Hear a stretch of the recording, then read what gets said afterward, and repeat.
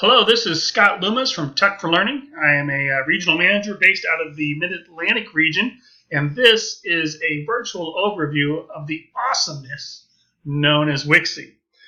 I do a lot of professional development trainings for schools and for districts, and I've come to a point where I think it's appropriate and necessary for me to create or to record myself delivering one of these professional developments, in this case a virtual one.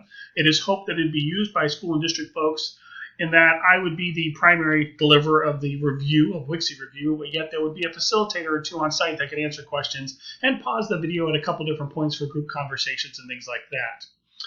With that being said, I'm ready to start, and as you can tell, and I'm actually going to return to the home page, that now I'm in the home section. Before I was on the Wixie page, so that's what you can tell. I want to point out that Wixie was updated over the summer of 2019. It's got all the current configurations that's going to be used on devices into 2020 and beyond. With the upgrade came a handful of new tools and features, which may be new to some of you, or just as Wixie has always been for others. But it's important to know that at this point, and this is late November 2019, Wixie can only be accessed on PCs using Chrome. Internet Explorer is no longer being supported as far as updates and things like that by its creator, so it becomes more and more of a security risk over time. And Edge right now, currently it's not right there yet as well, but I know they're going to potentially change that. So at this given point, Chrome is the preferred browser. If you were to contact me or one of my colleagues and say, Scott, my microphone wasn't working, and we're going to ask right away, are you using Chrome on your PC device? Because if you're using the Internet Explorer, it probably won't work. And then on iPad devices, not Chromebooks, but Chromebooks would obviously be Chrome, but on iPads or MacBooks or things like that, you're going to want to use Safari. So don't use Firefox. Again, some of the tools will not function appropriately, and that's not because there's an error in Wixie, that's because you're in the wrong browser. So whether you use at school or at home, and mention this to your students too, you're going to want to use Chrome or Safari. And for those of you old school Wixie users, you may have used the Wixie app on iPads. That is no longer needed. In fact, be surprised if it still works for much longer. You're going to want to open up Safari on those iPads and use Wixie in the browser, just like you would a desktop or standing device compared to that tablet. So I've opened up my Wixie account, and I hope you are there too if you're following along, because I will build in time for a little bit of practice as we go. You'll notice, or you should know, that this view is extremely similar to what the students now see. The students have the ability to see all of their work, and some of these tabs are not here. For instance, assessments aren't there, team projects aren't there, but you'll notice that, or team projects may be there. Actually, I'm not 100% sure on that. All of the work that they do or you do will save automatically every 20 or 30 seconds, and there's no need for students to Dropbox their work for the teachers. Teachers will automatically see their students' work without the students needing to do anything to make that available. So it's really fluid in how it works, especially with our youngest users. In addition to your projects and other options as far as folders here, you also will have a templates folder, a district folder, and a school folder. Now, if you're a private school, you may not have the district user or district folder, or if you're the only school in your district using it, you may not as well. So it may be just the school folder and the templates folder. Students can access both folders. So if the teacher has generated a template, for instance, a media specialist, and they want all of the fifth graders to use it, and there's 3 or 4 fifth grade classes, instead of assigning the template 4 different times to each class, as far as 1 per class, they can drop it in the school folder, and the students can go get that as when they need it. So that's a quick, easy way for folders, especially if you work with multiple classes as far as templates go. They can also access the templates. There's over 3,000 templates now in the templates folder, and they're pretty sweet. Before we get into more detail about templates and we look at what you can do when you view student work, I do want to dive into the Wixie side of things, the production side. This, again, is the home section. So if you'll click New in the upper left-hand corner, and we're not going to create folders to organize things or stuff like that. We're just going to choose New in Landscape and open up a second page, or a page to my project, I don't have that title page anymore. You'll notice the tools across the top, including adding pages, text, and image. If you only have a plus icon up here, that means the resolution of your screen is smaller than what mine is, and it's gotten to a point where there's not enough room for all of these tools across the top, so we condense some of these. So you may just have a plus sign. Don't freak out. Just know that you click the plus, and then these three options will be available. Oh. We also have the ability to create team projects, collaborative projects, move through multi-page projects, and the important one down here, and in fact the only thing along the bottom, is the undo options are here. Our toolbar is fixed in its position here. I'm going to choose, for instance, the paintbrush tool, and although painting by no means is what sets Wixie apart from other programs, for students it's a great way to kind of start to collect or organize or construct their knowledge before adding text or an audio recording to that project. So as a point of reference, if you want to jump on over to the paintbrush tool, you have your 10 colors to choose from. You have multiple brush stroke styles. So a regular paintbrush, for instance, if I wanted to do green grass, I could go ahead and draw or partition the page into two sections and use the paintbrush tool to paint underneath it. Now I'm going to do a couple of undos. Had I missed that, and we see that sometimes with kind of new drawers, had we missed, or new technology users, when it comes to painting, had I not partitioned the page, I missed edge to edge, it'll of course paint around it. So it's important that when you're drawing the lines, that they do partition if you intend to use, and you can go this way and then that way, intend to use the fill can tool. Another nice tool that I do like, I'm going to go ahead to the yellow really quick and back to the paintbrush. I can use the symmetry tool to create lines of symmetry for both 2, 4, 6, and 8 there. I happen to not like the regular paintbrush tool because it kind of, oops, that was still 2. Let me go ahead, and select 8. And I'm going to undo. I happen to not like the tool because it's hard to define as far as the regular paintbrush goes. I'm going to undo that one. I happen to think the 3D line or 3D brush is ideal for symmetry. You get the more kind of defined edges. I could have gone with a slightly darker yellow. And again, if you're not a 10 color guy or gal, I can go ahead and choose a slightly darker color and the lines might be a little more defined.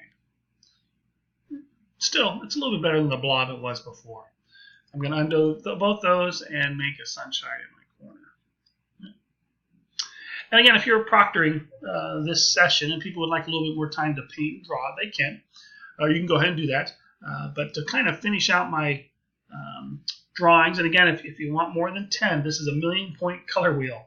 Now, because I chose brown and then hit the arrow option, I have brown orangish slider on the bottom, or I can just freehand from here. It's important to know, especially when working with your students, that the arrows will mean options. My options for symmetry, my options for brushstrokes, my color options. So always kind of recognize that as you use the tools in the upper right hand corner here, the arrows are going to represent various options. So I'm going to bring that out a little bit, come back to my regular paint, oops, undo, paintbrush, but turn off. The symmetry, not big enough. Big honking line. There we go. I don't necessarily think the smudge tool has a tons of use besides, except for painting and art and things like that, but I do love if I wanted to try to get some roots going in here, I could easily do that. Oops. I'm going to undo that last one because I'm a little type A. Paintbrush, line, smudge. Let me make the smudge a little bigger. There we go. That's how I want it. And I love the spray can tool. As I kind of finish off the paint tools, I can do some generic or general choices here with different color options. Or again, I have another pull down menu in this case with the arrow. And I'm going to jump into nature. And although it's getting chilly out there, I still got some fall leaves rocking. And again, do I want itty bitty leaves or big honking leaves? I'm going to go for a middle and just guess and check. Yeah, that's a good size. And I'm just clicking and dragging. And of course, there were shapes that I wanted to do a yellow fill for the sun. I could have done that instead. But along the same lines, if you're working with plane geometry for lines, line segments, and rays, the shapes include not only your geometric shapes, but also those 3 different types for creating, again, points and like I said, perpendicular lines, parallel lines with lines and rays, things like that. So a great easy platform because of the undo feature when it comes to creating something like that. So this would be a good time if you would like to give people a couple more minutes to draw. I would not give them more than 2 or 3 because I think teachers can get wrapped up in painting forever. So you need to, at some point, just kind of cut yourself off I'm, as always, very impressed by what teachers create, but do pull yourself away after a few minutes of drawing because I want to talk about inserting images. Okay, so with inserting images, it's important as a kind of a soapbox moment to ask who are the art teachers in the group. So if you're an art teacher, go ahead and raise your hand. Obviously, if you're watching this by yourself, you don't have to do that. If you're an art teacher or not an art teacher. If you are an art teacher, you actually are assessing their drawings. I'm going to press cancel again here. You're assessing the use of maybe shadow or maybe things like that, which they can add in through different highlighting features or whatnot. There was a highlighter brush. And of course, the balance and the design and things like that. If you're a teacher, do you honestly care how well they can draw a character from a novel? Do you honestly care how well they can draw trees and things like that? And the answer is you may want it to look nice, but whenever possible, you need to have the kids use existing images. Why? Because that enables them to get to their content knowledge and understanding more quickly than if they painted for 20 minutes and only have 25 minutes to do the project. As a mean tech teacher who's focused on getting the kids having an assessment that's an accurate picture or snapshot of their knowledge, I have them use or type text or do recordings before they draw anything. Unless, of course, the drawing is the assessment like the rays and the line segments I talked about before, or maybe making a mathematical snowman with circles and triangles and squares. But whenever possible, I want them to draw to demonstrate their knowledge first, and then they can enhance all they want with personal illustrations and or existing images. I typically will do a quick sticker safari, so to speak. However, I should point out that the search is fantastic, and most stickers will appear in multiple folders. And for us, stickers are clip art. There's almost 10,000 stickers available now. Prior to the update, there was about 4,000, 4,500, but with the new file or new Wixie configuration allowed us to bring in a new file type. So it's been huge for the addition of images. Also, there is a website called Pix for Learning with over 30,000 copyright-free images. Most have been donated by teachers. For example, you can find all of those photos within here as well. You don't have to go to that website. You can take a picture if you're, here we go. I don't know how I look. There we go. Yay! You can take a picture with the camera, and after you take a picture, hopefully I minimize that, I'm going to add it really quick. You can go ahead and bring it into a circle. For instance, so if I got really close to the camera, I could get a really easy headshot as well. And you can do other artistic things. Let's delete that bad boy as quick as possible. And the last one is from computer. So if you have pictures from a field trip, for instance, the kids want to do a travel brochure or maybe just a general view as if they were a tour guide or something, you can easily do that. Back to that sticker safari mentality, I will go through the sticker folders really quick here in the next 2 or 3 minutes. You're welcome to follow along or at least pay attention when I mention your grade level, but if not, you're welcome to do some exploring here on your own. The alphabet folder is great. Not only does it have basic alphabets, but it also has like word families and blends, which can be fantastic for centers for the younger students. You can do Morse code and Greek and things like that. And images, obviously A for apple, Z for zebra, as if you were making those name tag cards on your own. And what I love about these particular stickers is they're easy to move around in those centers for primary grades, K1, possibly 2, in that a text object can be very difficult to move. So I like the stickers. Animals are all there. Mammals are sorted by continents. Other animals just have categories on their own. Fish, for instance, amphibians. And then we got a lot of other categories from migration to hibernation to even farmyard ones. And dinosaurs is in here too someplace. There's dinosaurs right there. Art books are nice for library media specialists or for primary teachers, again, because we have subfolders of books that you may read aloud. So Swallow the Fly, Hungry Caterpillar, Brown Bear, Elf on the Shelf. That's kind of new. Whoa, it's a big folder too. And again, many of these are coming from other folders, but we've grouped them specific for the literature. So if you want the kids to retell stories or to create as we go, or as far as main events, you can easily do that using that.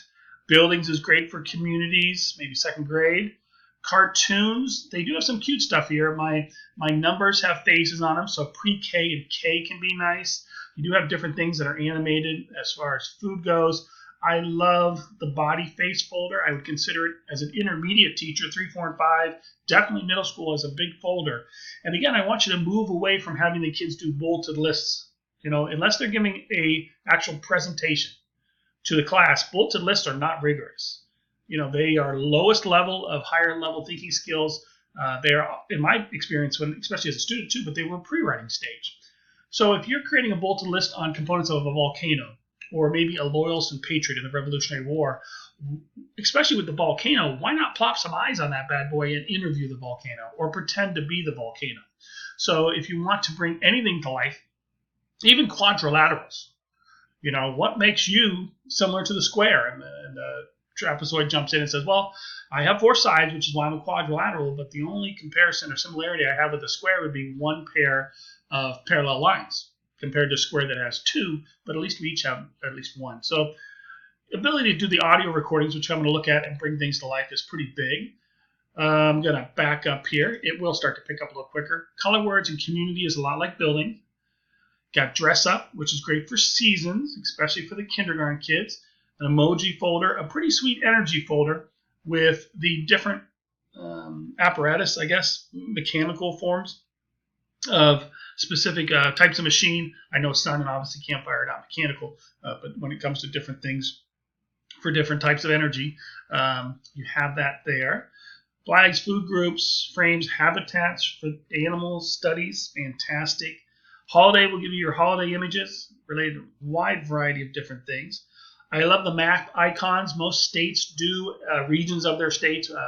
For instance, close to me, both Maryland and Virginia do regions of those states. So you pull up the map of one of the 2 states, and then you're dropping, highest point geography images on top of it. You're doing industry as well, from everything from tourism, which could be an amusement park, to technologies, of course, to industries or utilities, which you see is here as well, or the agricultural, where corn is being grown and things like that. So that was map. There's the maps. The math folder is stacked with every manipulative you may need, as many as you want with no cleanup, which is just music to people's ears. So if they're doing faces, edges, and vertices, I combined a couple words there. These are there. Dominoes and 5 and 10 frames, your geometric frames, your fractions. Again, a never-ending supply. Everything down to the base 1 blocks are there. So I'm going to continue on. The music folder is nice. There's the ability, there's a pre-made template with the scales on it as far as staffs go, and then they can go ahead and actually create their own music and record themselves playing it, maybe on a recorder, maybe with an instrument, or maybe even singing. You can also do things like instrument trading cards, and those are all there for the different woodwinds and percussion and brass and things like that too. Native Americans, culture and life, the more iconic symbols for those 2 groups. Again, great, informative, and the ability for them to pretend to be a Native American. People, grandparents to grandbabies under the family folder. You also have a lot of African American folders, historical figure from around the world, are all here, which I think are pretty cool. Pirates, I don't know why, but there's a Pirates folder. We got plants and plants life, school associated stuff. Under science, and now we're starting to move into definitely 4th and 5th in middle school with our cell parts and cell division. We got earth and circuits, as well as human body figures. And there's, again, I even kind of hinted with a little bit with the energy earlier, the simple machines that may apply with those, and different symbols that go along with science. So again, great subfolders, get the kids to demonstrate their knowledge more quickly. And then to round out, we do have shapes, which are nice compared to painting because you can click and drag the shapes. Painting goes directly on the canvas. Sports and leisure space, which is awesome. You got all the planets in the phase of the moon. Again, don't tell me about Mars. Put some eyes on it and interview, or pretend to be. So don't do bulleted list or don't list information as much as, again, set up some type of public service announcements or interview or something along that line. Symbols and icons seem a little bit generic, but it's really nice because it has an American folder here and has a lot of symbols associated from other folders. And for those of you tech teachers and computer lab teachers, there's now a Wixie folder with all the different icons that you may need. Maybe you want to print these out, even as full pages, and then say, okay, we're going to take a look specifically at using the microphone today and using the paintbrush in our project. So you can easily use those for visual guides when working with your students. And then towards the bottom, we got types of transportation, inside and outside toys, and of course, weather. Whew, lengthy one there, lasted more than 2 minutes.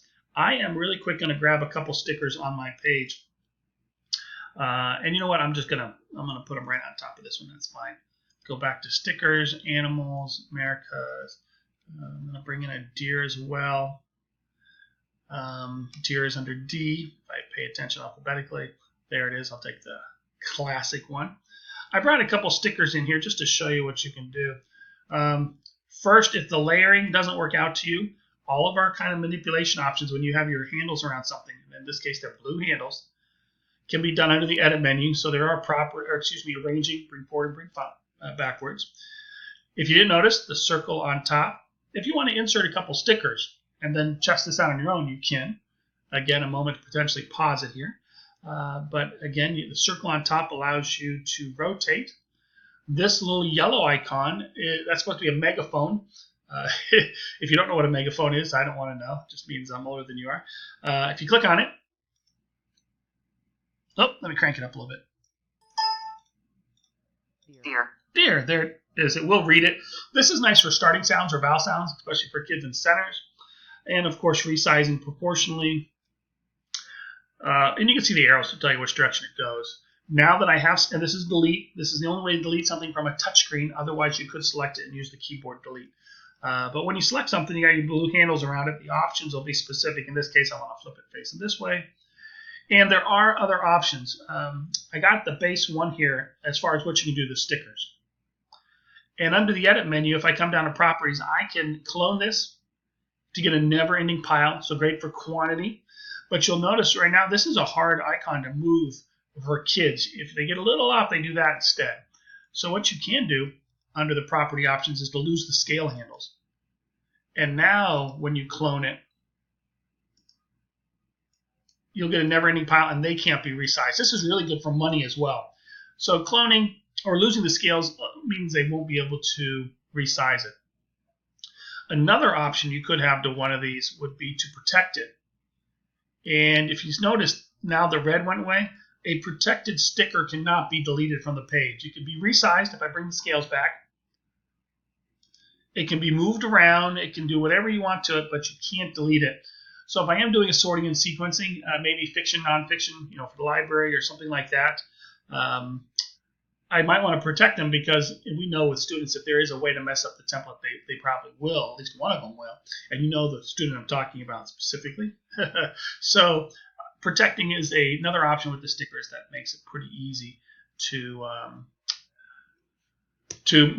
restrict their manipulation of the template. They can't delete it. So speaking of delete, I am going to go ahead and unprotect it.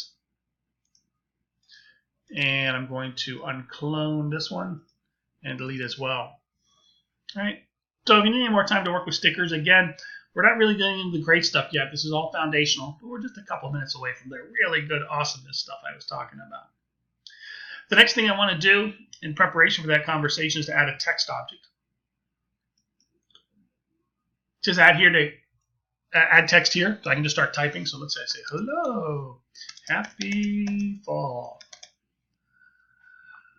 What I do like about the text object is it will, just like the stickers, give you a text happy fall to speech option. If you're really particular and want to change the voice, it's not our voice at your operating systems. We're just piggybacking on that flexibility. So depending on your device, you may have the option to do different voices, which you could do. I typically leave them all set where they are because then the kids have the same voice as I do, and there's no kind of, I don't know. It's up to you, but it can be changed.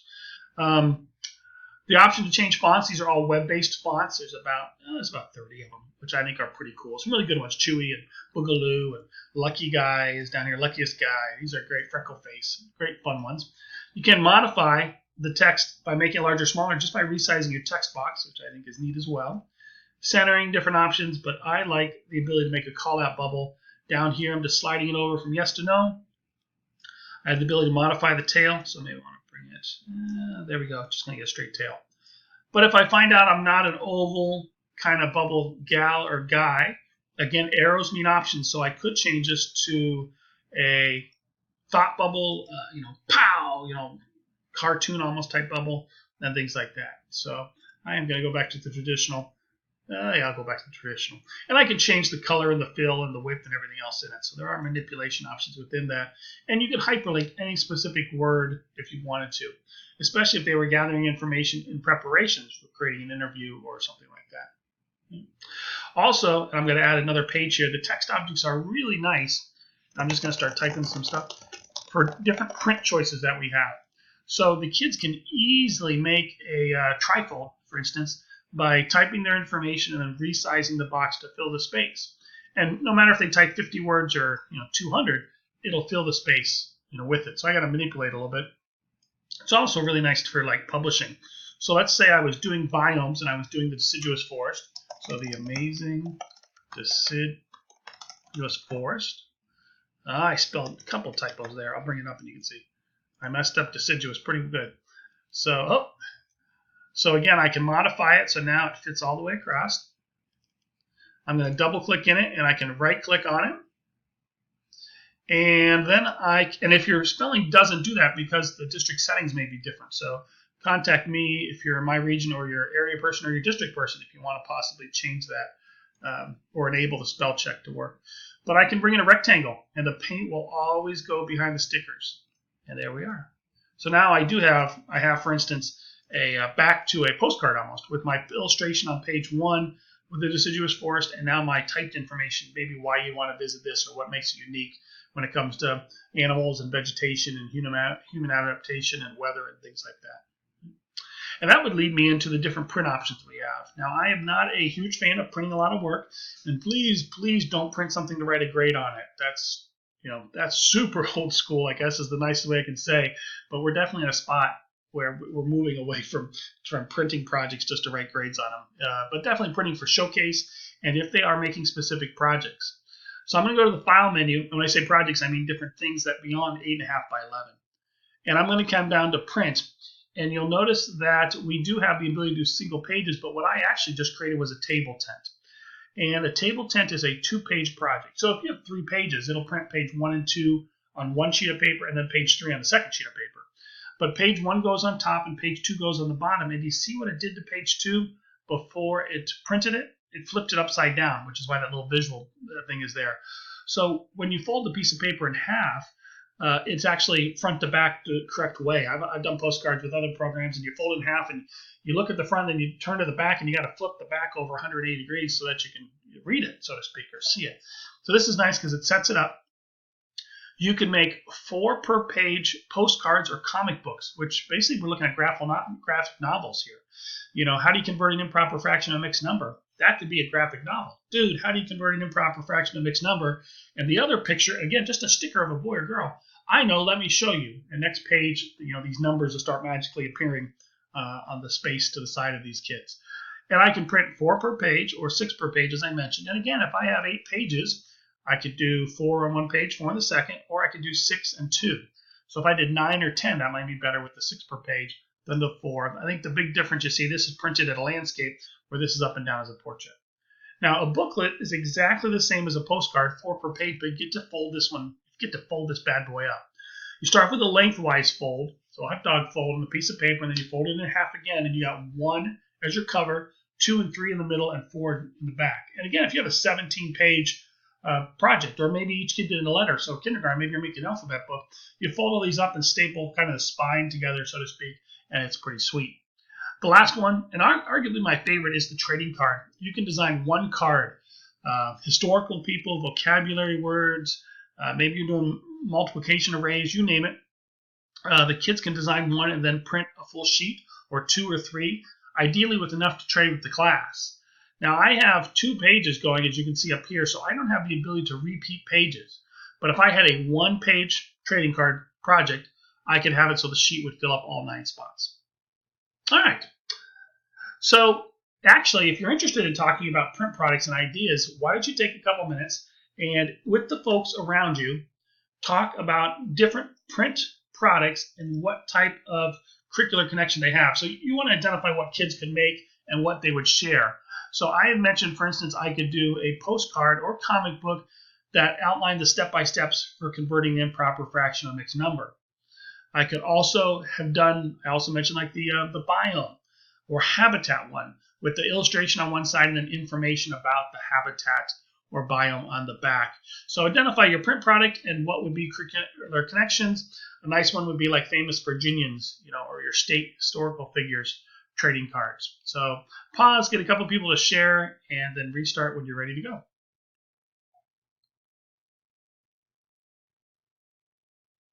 All right. So the next thing, and now we're getting into the cool stuff, because the print products are nice. They definitely provide you different options, and there are moments when those products are extremely important, especially with your 4th and 5th graders and middle school kids who typing is a bit more fluid. I don't know how many elaborate trading cards or graphic novels I would do with kindergartners or first grade, because the typing can be laborious. Instead of using print products with them, you definitely want to look at the ability to use the microphone tool with not only the primary kids, but the intermediate as well. This by far is my favorite tool and has the most opportunity for meaningful assessment with your students. So if you want to, go ahead and click on the recording tool. And as a point of reference, your device hopefully has microphones. Mine are built into the monitor. My camera is just right above here in my monitor. And then to the left and right of those are small dots. Those are your microphones. Each page in Wixie will allow you to do a single recording, and that recording can last up to 5 minutes in length. Now, that's not 5 minutes total. That's 5 minutes for this page, 5 minutes for the next page, 5 for the page after that, which is beautiful because your kids don't have to necessarily read scripts. They can ramble off the top of their heads. And if they rambled for 3 minutes, does it really matter compared to 45 minutes of fluid perfection? So I would rather kids, especially your younger kids, just talk off the top of their heads. For example, you're sitting up in your rocking chair, your director's chair, whatever you have in the front of the room, and the kids are sitting in the carpet in front of you, and you're reading a story. So you're flipping page through page. The kids are mesmerized by the story, and you get to a spot where a character is about to make a major decision.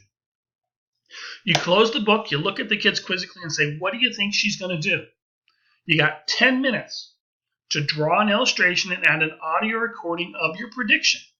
But your recording must include why you think what you think. You need to use evidence from what you just heard to support your prediction. And maybe I make them do the recording before they get to draw anything, depending on the ability of my group or the potential focus or lack thereof of my students. But that is a 10-minute project. Now, if I'm a classroom teacher, I maybe have them share their predictions with a friend or two. And then we read the rest of the story and then confirm or kind of reflect on our prediction, confirm or deny if we were right or wrong. If I'm a media specialist, maybe that's the end of today, because then we're going to go check out books. And next week we share our predictions to kind of refresh their memory about the story. Or next time I see them, we read the rest, reflect, and then back to check out books. So you can definitely partition this into a couple different sections. I talked about the ability. I'm going to go ahead and do a quick paint bucket here. Black. I'm going to stick with black. So not solid. I can do. I actually, you know what? I think I'll do this instead. I'm going to go ahead and bring in under image. I'm just going to type in Mars, the planet. I'll take this one. There's Mars. A little too big. Mars needs to come to life. So now I'm going to go back to stickers, cartoons, body faces. Mars is a guy, which means we need some manly eyes, or so I've been told. I'm going to copy and paste. The shortcut tools do not always work because we are working on a web page, so just FYI. But I'm type A, so I wanted them the same. I'm going to return back to images and bring in, do I do a handlebar mustache? No, I just want a mouth. So Mars is ready to talk to me. And of course, I'm going to return to image. I'm just going to type in boy. Otherwise, I'd go to people, for instance. And that's going to work just fine for me. So now my recording, and I probably scripted this. So this is when I'm working by myself or in collaborative teams. Hey, Mr. Mars, my name's Scott. Do you mind if I ask you a couple questions? No, I don't mind. What do you want to know? And the students can go ahead and duplicate this page and just modify the recording on the second page. They can move things around a little bit if they want to. But this way, I don't spend a lot of time drawing each page. I am focused on the recordings. So how does the recording work? We found out in the past that a lot of kids would click recording and there would be seconds of silence as the kid collected themselves. What's wonderful with the new recording option is that there is a 3-second get ready time frame. Now, if your students are new to using the technology or you just got a bunch of hyperactive kids, you want to be sure to review recording etiquette. First, we're not screaming and yelling. If you expect everyone to be quiet while a child or two records, I got to be honest, you just have to kind of get over that. That's not a productive use of your time. Like I said, I'm a type A person. I would love them all to be quiet, but in reality, I know, we have so much time, and why stifle or kind of restrict everything going on? So we're not being loud or crazy. We do not want to stand up and shout at the microphone, because those recordings will be terrible. And we also don't want to whisper really quiet and look away from the computer because we're too shy to record. So I typically tell kids that they want their mouths to be facing the microphones and to be about a foot away. For the youngest kids, especially if you're using laptops, that means your chin's at like the edge of your laptop and you're facing the camera/microphone area at the top there of the keyboard. So I'm going to do a record tool, and after I do it, I encourage you to practice. You need to practice, do a recording by singing a song, talking about your vacation plans, heckle someone at your table. It doesn't matter to me, but you need to do a recording. 3, okay, get ready. Scott, do you mind if I ask you a couple questions? No, I don't mind. What do you want to know? Stop. Now I can preview this, plan it, and trash it if I need to do one, because again, I only get one per page. So please go ahead and do your recording. I'm going to open up another project while you do so.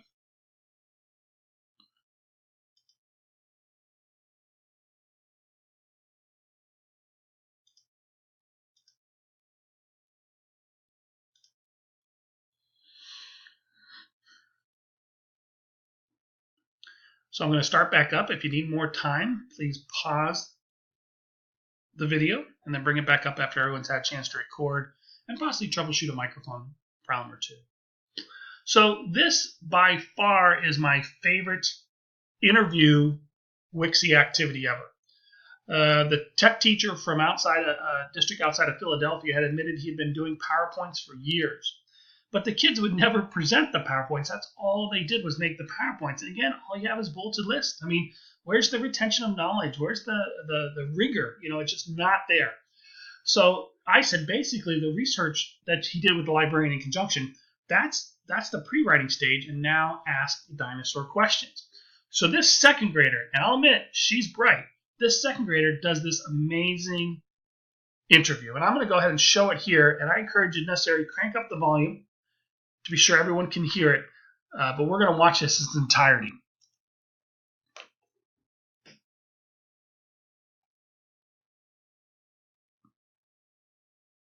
Hi, my name is Jacqueline, and I am interviewing a dinosaur.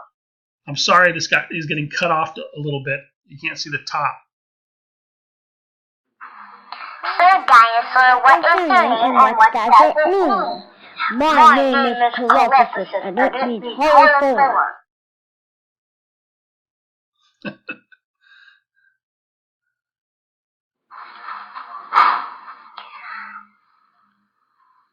Sir Colossus, how big are you? I am exactly 50 pounds, 8 feet tall, 10 feet long.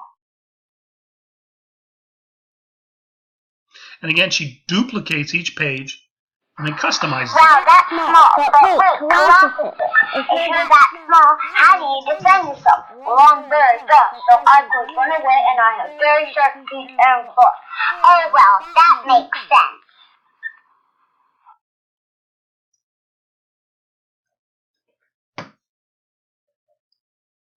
Sir Colossus, how exactly did you move? Well, I run fast on 2 legs.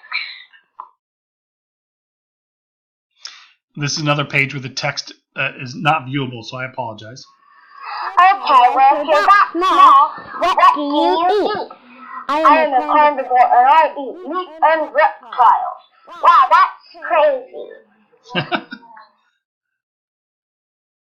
2 more pages here.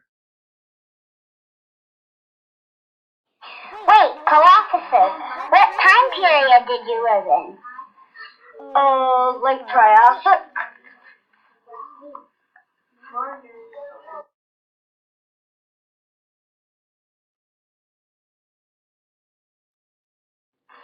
Any other information? Well, I lived in Huntington Park and was one of the earliest known dinosaurs. Cool. Is that it? That's all I can remember, because I lived 1,000 and some years ago. Okay, thanks, Colossus. You're welcome, Jocelyn. Bye. Bye. Oh, I love it. And again, I'm sorry, I modified the recording screen, the screen size, to fit the Wixie display and didn't think about going full page. And I'm 30 minutes into this session, so I'm committed to this view. A couple things you should know is, A, she typed very little and recorded so much more. She typically typed the dinosaur's answer. If your child types out the entire response or the entire thing, why are you then recording? They've already written for information. They did it. They just typed it. Why type and record? Now, I love typing and recording for things like poetry. You know, the kid writes out their poem, they record themselves reading it, they can, do voice inflections, emotion, whatever you want. But otherwise, the child should just type a few words and record in length. That, again, here's a second grader, avoids from typing. And yes, I know the recordings were quite pristine. They actually submitted this to a state conference student showcase contest. So if that's the case, and in Pennsylvania, the conference is Pete and C, then you want to do nice recordings, because it's a contest compared to the potential loud noise that happens in the background, right? So at this point, and maybe you did or didn't pause for the printing options, but I definitely would like to see groups have a conversation about projects in which the students would create that utilize the record feature, in which they're recording something. And again, I don't need a lesson plan. I could see kids interview dinosaurs, because that's what we do in second grade. We interview dinosaurs in science.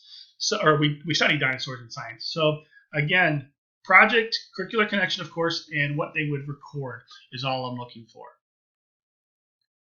Have that conversation, maybe 3 minutes worth, and then get some people to share some answers.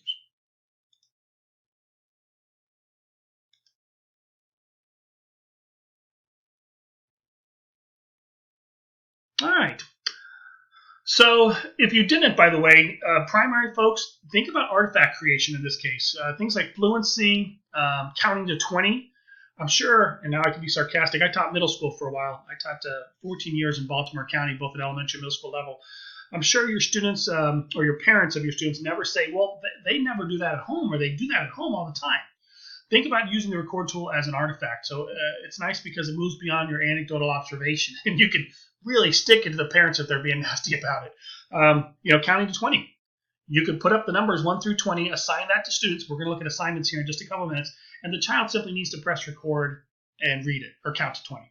Another thing could be assigning a paragraph to the students. Timmy, all I need you to do is read as much as you can in 60 seconds.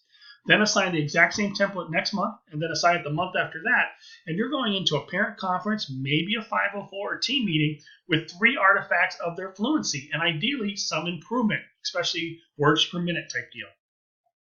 And this could also be for speech pathologist. And don't forget about your ESAR, ELL students. There's nothing quite like having them record, even if the other kids are typing. Think about going with the recording, because will they really demonstrate their knowledge about the body system, for instance, maybe the digestive system or something, when they're struggling just with the language? But you get them to record, and they can do a combination, for instance, of English and Spanish. They can do to the best of their ability, but the lack of English and keyboarding shouldn't hinder them from doing it efficiently. Now, as much as I think the make a prediction in the book, you may recall that was my recording example, is a 10-minute idea, the dinosaur, or 10-minute production, the dinosaur is obviously more of an into-unit assessment. The big thing for Wixie, if you're going to differentiate by product, if you lose the resource sheet and have the students demonstrate their knowledge in Wixie instead, if the resource sheet is 15 minutes to be worked on, then you got to use Wixie for 15 minutes, because if not, you won't get your lessons in during the time allotted, and you'll start to fall behind the grid, and next thing you know, you don't get all that content in before the all-important tests roll around in the spring. So again, look at your efficient use of Wixie, and again, structuring it or doing assignments is a huge thing. Now, I have not gone into, for example, I'm going to select the deer, gluing the deer down to drawing it. We didn't get around to deleting things or selecting a different layer. So there are other tools. And another thing I'm not going to get around right now is the ability to do team projects or get around to explaining in detail. If I was doing an interview, for instance, with the planet or the dinosaur, I could, as a classmate, invite someone from my class to join me. I only have access to the kids in my section. I don't have access to other sections in my building or other kids in the district, just my class in my school. And again, they can ask this person to join them. This person would get a copy of this project, wherever it is, even if it's a blank page, that would show up in that student's My Project, and they can both work on it during the same time, so real-time collaboration, or they can contribute whether the other person is there or not. Now, the profile image, which is up here in the upper right-hand corner, has a substantial help menu. So if you want to learn more about, for instance, collaboration, you come into the help menu. You can do full tutorials, which is a little bit like what I'm walking you through now, but you're making a student product, which is much more self-paced than this one. But you can go to skills, and there's a nice section on collaboration and how it can work. These are step-by-step directions with a lot of visual snapshots of whatnot, adding a team member to projects, and so on and so forth. So the older kids would probably be pretty efficient at creating teams, where the younger kids you may need to create for them, and that was there as well. So with that, we're going to transition out of the productivity side of Wixie and move back to the home section. So if you would click the home icon, maybe you went to the help menu, you'll still need to click the home icon, because I want to talk about a few things as we wrap this up. First, the Students tab. Go ahead and click on the Students tab in the upper left-hand corner.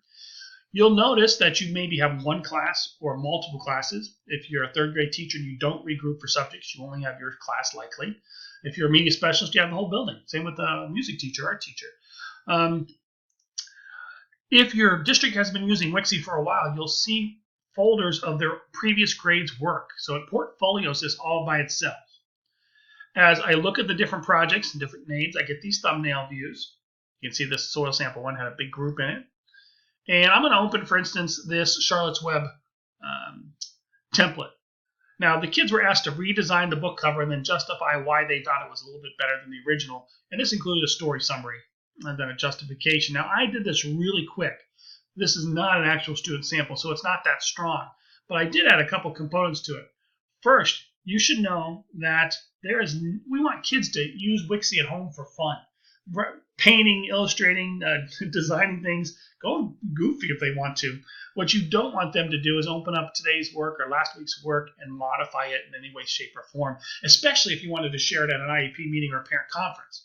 So if I have looked over and assessed their work, I am going to mark it complete. Currently, it is not complete. Boom, it's complete. Those are your optional sound effects. So if you want to do a little, emphasis, oh yeah, when you slide it over, you can. The nice thing about marking a project complete is the project now goes static and can no longer be changed. So it's fixed, done. Now you can change your mind later and let the kid work on it, but this is a now static project, and if they want to, they can duplicate it and modify the copy, but not the master. Second is the ability to add a comment to the project. So you can type a lengthy comment in. This is why you don't need to print something out. And then post it, you'd save it after you type it in. And when the student or parent opens up, where the paintbrush tools and other stuff are over here on the right-hand side, the comment will fill up that space over there. So leave the comments. Now, I have created an assessment or rubric in which I weighted criteria and components, and I can use it for a grade. And this is really nice for your upper grades and intermediate grades. Obviously, if they're going to design and then justify a new book cover, the content connection is huge. So I rank that very high. Now, I also put in design and behavior, I made worth 5% of the points, only because it was a little issue potentially with my class. But design was only 15% compared to content. But what's wonderful, right now they got 91%. As you click in different fields, your score changes. So right now they got 80%, right? Because they bumped down here. So you can create fields, you can modify the words within each box to fit your needs or whatnot, and then you would link an assessment to a template or an assignment, and then your students, and then you can use it to grade, and they would actually be able to see this from the file menu. It would say show assessment while they're working. So of course Timmy gets done first. I'm done. You look at it and say, Timmy, you might want to look at the assessment because I don't think you're going to get a very high grade based on what you've done. So instead of telling me, I have them try to self-assess. I am not going in. I'm going back into how to create a new assessment, for example. But if it's something you want to explore, of course, under your profile picture, help, there is a folder on assessments. So with that in mind, and you go from student to student one at a time, that's how you would look at the student work. If you want to manage team projects, Scott, we have kids inviting classmates to their projects all the time when they shouldn't be. Collaboration is a 21st century skill. Saying let's turn it off isn't an option. They got to learn how to deal with it, and that might mean playing heavy. And although we cannot track changes, and basically your computers would freeze if you tried to track the changes in Wixie, because not only are you bringing in megabyte file recordings and photos and things like that, but a simple illustration and undos and stuff like that could be 50 or 100 tasks real quick. So by going to the team projects, you can at least see, for instance, I go to Mr. Davis's class, and I'm like, wait a minute. I told them no team projects, and I told my kids to tell on the kids if they get invited to the project. So there should be no team projects. I didn't sanction anything in this folder. So I click on the project, and I'm actually opening the project. I go to team, and I'm like, oh, Ben created the project, and he shared it with Danielle and Christopher. Ben, I told you not to do this, so I'm not too happy. Maybe there's something inappropriate, by the way, that's happened. Now, and again, you can't tell who. We can't tell you technically who created it, but at least you have a short list of who was involved, right? So Ben created it. These two are involved. It's time to do a little, investigation and figure out where things stand. You can kick them out of the project right now. Now, know that even if you delete Ben's copy, Chris and Danielle still have copies in their files, because basically the moment I kicked them out, they all got the file at that exact moment we stopped sharing. So know that you still have 3 copies out there. You're going to have the students delete it from their accounts and guide them to do that. But this is how you can figure out who is involved. And again, Danielle and Chris, we were also asked to tell on people, so to speak, when they invited you to a project. So why did you not report that sharing? So you can do some team management from here. However, it's time definitely to get into the templates. So I'm going to show you a template and how to assign it, and you can then go ahead and move forward with some exploration and review. Again, I don't start with the templates because a lot of people get stuck at the templates, but there's so much more they can do with them beyond just assigning templates. The templates are great in many cases for stepping stones to something more sophisticated. So now we are going to look at some templates, and some are simple, some are very efficient.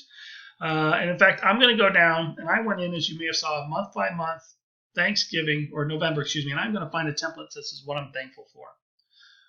And although it says add stickers and type a list, right, than a list, I think it'd be better if the kids recorded it. I know mom and dad might love seeing it at home, or whoever the guardian is.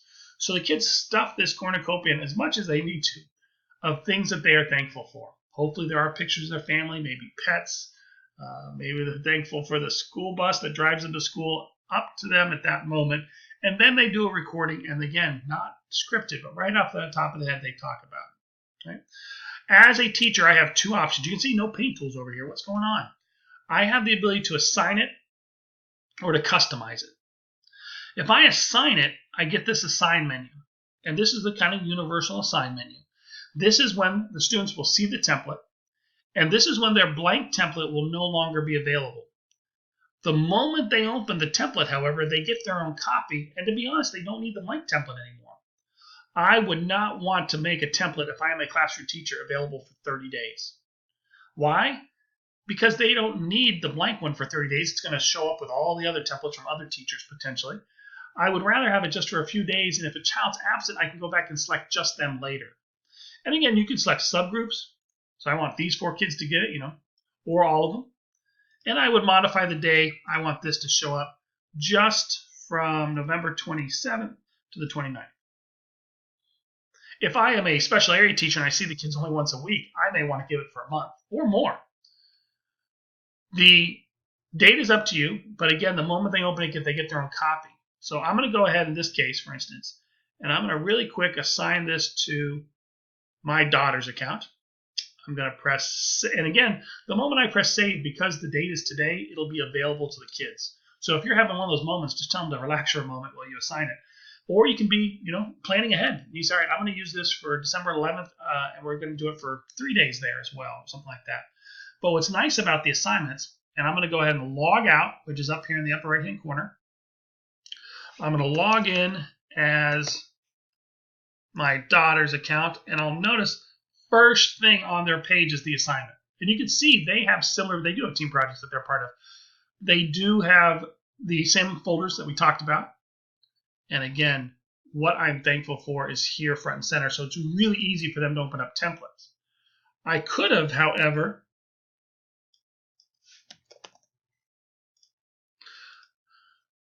moved the file, and let's say this was the template because I customized it, I could have moved it to the school folder. So I go into my projects, I go into my school folder, because I'm a media specialist or I'm a 5th grade teacher and I teach multiple classes. And again, you can create subfolders and school folders. So I've gone ahead and created grade level folders in mine, and I am working with 4th graders here.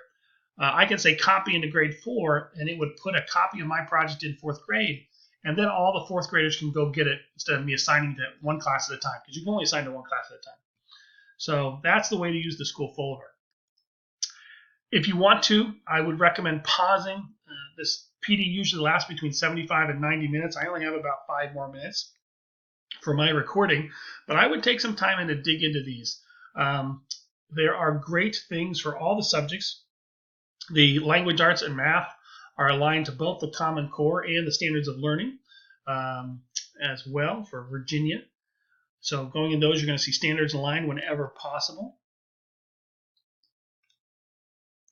The region templates I talked about, your state studies regions, may have a template existing under social studies and geography.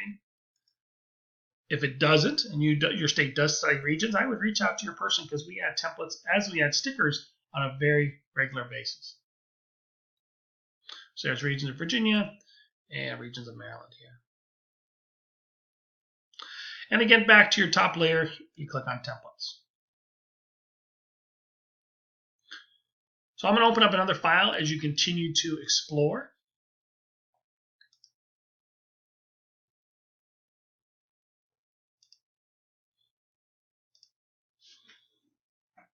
So you can pause the video at this time if you want to allow for a little bit more exploration. If time permits, I would give at least 5 minutes for this. And again, the opportunity to use existing files, because we didn't, and I apologize greatly, we did not talk about the ability to take one and customize it.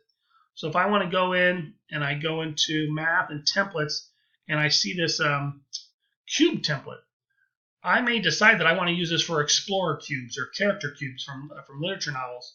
Currently, this is all there is to it. I would choose to customize it. I would add my own directions, and I would think about using the directions or instructions tool. This is where you can type instructions, so instead of typing them on the page, and you can, this is a teacher recording, you can record yourself.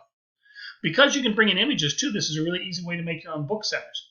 So you can take pictures using our camera or the camera on your device, so the camera within Wixie, or bring in pictures from computer, so rather from the camera from computer, and then record yourself reading it, because this is also a 5-minute recording. And when you do instructions, you don't want the kids to open up to this and say, hey, wait, where are the directions? I would prompt it so that it opens to instructions. So believe it or not, if you look back to the dinosaur interview, the second year that teacher did the class, did that project, he actually assigned a blank 7-page template. And on each page had a different question to ask the dinosaur. So you can really structure even things like these open-ended projects by assigning blank pages to students. But within them, there's the questions or directions for each, even beginning, middle, end, or for younger kids, draw an illustration at the beginning of the book and add an audio recording explaining what happened. Things like that. So if I was to finish this, and let me just paint it, just a cube there. If I go back to home, or actually you can from the file menu, when you're making your own template, you can go to file and assign here. So you don't even have to go back to the home section, and you can assign it, same menu as before. Or if you're back at home and you see the template, Cube 3, there's these 3 dots or ellipses. They're kind of a power thing and moving things around, and in this case, assigning them. You can also print them, and the same menu here. Right? So a lot of different places to assign. So that's how you customize existing templates from even the district folder, if your district's placing things, or from our stuff as well. So maybe you paused or maybe you haven't. I added a little tidbit there. But I do want to talk about using our stepping stones as a template to something more sophisticated. Here's a very basic overview of what I have in mind. This is a template from the October month-by-month folder, and it involves the kids clicking and dragging all these words along the bottom to different, and you can see they're protected so you can't delete them, to different spots on the page. Notice the program does not provide instant feedback. A lot of research suggests kids won't even read directions. They just click and drag until it sticks or until applause or fireworks go off or something like that. So the teacher's going to have to eyeball this if it's something not as silly as this, but this was basically a basic engagement for the kids to do and the teacher to talk about, because the transition to this is that, as a teacher, you would say, well, the good news is I'm going to let you draw monsters today in Wixie, and you can make those monsters look any way you want. And the kids are like, oh, this is awesome, because this was page 1 of their template, but then the teacher says, well, you can make them look any way you want as long as they have these geometric shapes. So this was not a template. This was just something I did by hand, and it was done quite a while ago. At the time, I just chose shapes that were being studied by 3rd grade. The new MCTM standards and everything else, these are quite different now than what they were a decade ago. But we also did, and what I love is we added these for early finishers. And don't get me wrong, I'm guilty as well in my days in the computer lab, but when kids finish, it shouldn't be like, okay, go play on another program or go help a kid or something like that, go help a student with their project. You should find ways to extend the activity for them. And with these checklists, and this is a self-assessed checklist, we added things like decoration stuff. And again, I should have had more of a content extension, compared to just doing this. Maybe different shapes they might not be familiar with, that they get to investigate a little bit. Now, the reason this is checked off is because typically in the template, it's completely blank. The kids will move between their project and page 2 and mark off what they do as a self-assessment. So this isn't for teachers. This is to structure their work. Did I put 3 triangles in? Did I put 1 pentagon? So my template that I assigned the kids would be page 1, this, obviously all the words in the bottom they sort, page 2, the template, and then what would be on page 3? Does anyone know? Well, it would be a blank page, because that's where the kids would do the work, and I would need to teach them, like a mini lesson of skills, how to move back and forth. So the kids were all given 15 to 20 minutes to work on their monsters, and here's an example of one. It's coming. A little slow all of a sudden. There it is. Now, my daughter did this one, so typically I get some oohs and ahs. I'm not there, so hopefully you did ooh and ah, and if you didn't, well, let's try this again. I want to show you one of the samples from a student. And there it is. Ooh, ah, yeah. All right. So what I love about this project is a couple things. First, there is no monster like this in the class. Listen, creativity and rigor is not 25 turkeys up on the wall in the hallway that all look the same. I mean, they did what you told them, or you did it for them, or they copied off their friend. 21st century, and now we're getting to a point, in 2019, where we shouldn't even be talking 21st century. This is just reality now, that kids need to, they don't need that cookie cutter copy as much as creating their own original work that aligns with specific assessment criteria based on what the teacher wants to see from them. Whoop, lost my microphone or my headset. So whether my daughter has clown monster therapy that I need to worry about one day, I'm not sure, but again, it's unique. Now, at the time, her sister was in 1st grade, and Jamie was a little bummed because Daddy had not been in as a parent volunteer to help her class in Wixie. And again, this is amazing.